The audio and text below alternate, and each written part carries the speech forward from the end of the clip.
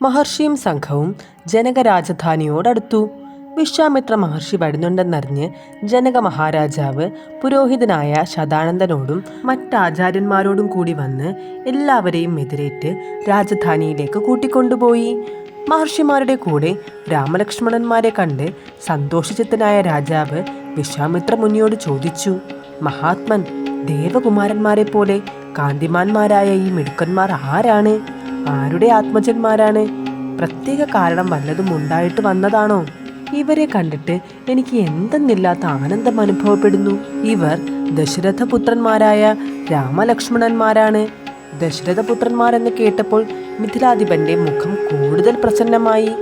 കോസലേഷന് 4 കുട്ടികളാണെന്നും അവർ രാമലക്ഷ്മണ ഭരതശത്രുഘ്നന്മാരാണെന്നും അറിയാം.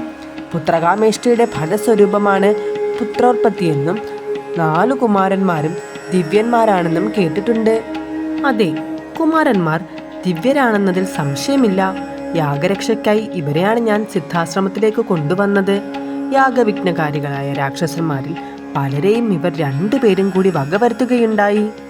താടകാവധത്തോടുകൂടി രാമൻ രാക്ഷസവധത്തിന് നാന്ദി കുറിച്ചിരിക്കുന്നു. രാമന്റെ ദിവ്യത സ്പഷ്ടമാക്കിയ മറ്റൊരു സംഭവം ഈ രാജാതിർത്തിയിൽ വച്ച് തന്നെ നടന്നു. സംഭവം മറ്റൊന്നുമല്ല, ഗൗതമാശ്രമത്തിൽ ശിലാരൂപിണിയായി കിടന്നിരുന്ന അഹല്യാദേവിയെ ഈ രാമൻ പാദസ്പർശം കൊണ്ട് ശാപവിമുക്തയാക്കി.